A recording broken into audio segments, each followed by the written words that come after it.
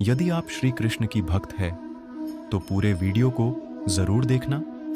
अगर आपको वीडियो पसंद हो तो सब्सक्राइब भी कर देना।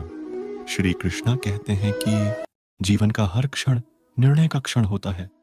प्रत्येक पद पर दूसरे पद के विषय में कोई निर्णय करना ही पड़ता है और निर्णय अपना प्रभाव छोड़ जाता है।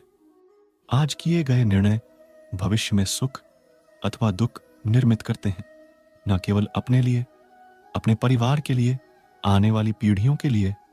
जब कोई दुविधा सामने आती है तो मन व्याकुल हो जाता है, आश्चर्य से भर जाता है। निर्णय का वो क्षण युद्ध बन जाता है और मन बन जाता है युद्ध भूमि। अधिकतर निर्णय हम दुविधा का उपाय करने के लिए नहीं, केवल मन को शांत करने के लिए लेते हैं। पर क्या कोई दौड़ते हुए भोजन कर सकता है? नहीं ना। तो क्या युद्ध से जूझता हुआ मन कोई योग्य निर्णय ले पाएगा? वास्तव में शांत मन से जब कोई निर्णय करता है तो अपने लिए सुखद भविष्य बनाता है, किंतु अपने मन को शांत करने के लिए जब कोई निर्णय करता है तो वह व्यक्ति भविष्य में अपने लिए कांटों भरा वृक्ष लगाता है। कभी किसी की आशा और इच्छा भंग होती है तो उसका हृदय क्रोध से भर जाता है। जिस व्यक्ति को वह अपना अपराधी समझता है उसे दंड देने का प्रयत्न करता है। पर क्या हमारी इच्छा या आशा का भंग होना सदा ही किसी का अपराध होता है? अपने वो होते हैं जो हमें अच्छे कार्य के लिए प्रेरित करें, हमें आगे बढ़ाएं, हमारा साथ दें। और वो जिनका साथ देने से समाज का नाम हो, धर्म की हानि हो, वो सगे होकर भी सगे नहीं होते। इसलिए जब अपनों की परिभाषा का चुनाव करें तो उन्हें अपना माने जो आपका साथ दे, उन्हें नहीं जो हमें अज्ञान के मार्ग पर ले जाए। संदेह और दुविधा एक आम चुनौती है जिसका सामना हम हर दिन करते हैं। शायद ऐसा कोई समय नहीं है जब हम खुद से लगातार यह नहीं पूछ रहे हों कि मुझे कौन सा विकल्प लेना है, क्या करना है और किस तरह से निर्णय लेना है। हम निरंतर दुविधाओं से घिरे रहते हैं। जैसे, अगर मैं ऑफिस में सच बोलूंगा तो मेरे मूल्यांकन का क्या होगा? अगर मैं किसी का पक्ष लूंगा तो क्या परिणाम होंगे? आदि आदि।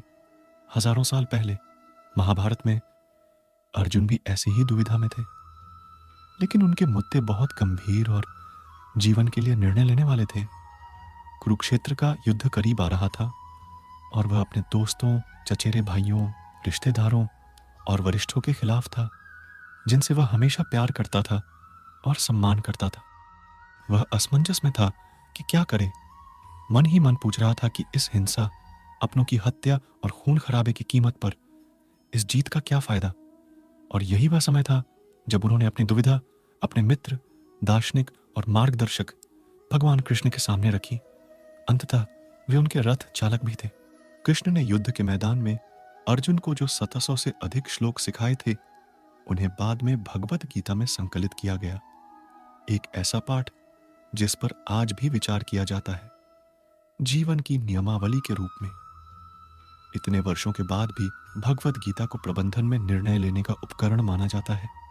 भग का अर्थ है काटना, और जो सत्य को काट सकता है उसे भगवान कहते हैं। भगवान का शब्द भगवत है। गीता को आमतौर पर गीत, संगीता के रूप में जाना जाता है, जिसका गहरा अर्थ टैगी है, जो परिणाम से मुक्त होकर दुनिया छोड़ सकता है। शांत मन में रहो, भगवान कृष्ण। निस्संदेह हे अर्जुन, मन बेचैन है और इसे रोकना मुश्किल है, लेकिन यह वश में है। हे अर्जुन, किसी भी निरंतर सशक्त आध्यात्मिक अभ्यास जैसे ध्यान, दृढ़ता के साथ और वैराग्य द्वारा 6.35 किसी स्थिति से निपटने का प्राथमिक कदम बिना किसी शोर शराबे के स्वतंत्र और शांत दिमाग है। इसमें काफी मेहनत लगती है। कृष्णा सलाह देते हैं कि सबसे पहले व्यक्ति को मानसिक और शारीरिक रूप से समस्या से मुक्त होना चाहिए, या समस्या को तीसरे पक्ष के रूप में देखना चाहिए जो निष्पक्ष हो। उदाहरण के लिए, कभी कभी जब हम कुछ खोए हुए लेखों की खोज कर रहे होते हैं तो हम अपने दिमाग में अनुक्रमों की पुनरावृत्ति चलाते हैं और हमें तीसरे पक्ष के रूप में देखने की कोशिश करते हैं। यह उस तरह का है। परिणामों को छोड़ दें। ये भगवत गीता के सबसे अधिक उपयोग किए जाने वाले शब्द हैं और अक्सर संदर्भित किए जाते हैं, जैसे निष्काम कर्म, फल की आशा किए बिना कर्म करना। केवल अपने संबंधित कर्तव्य करने पर आपका नियंत्रण है, लेकिन नहीं परिणामों पर नियंत्रण या दावा करना।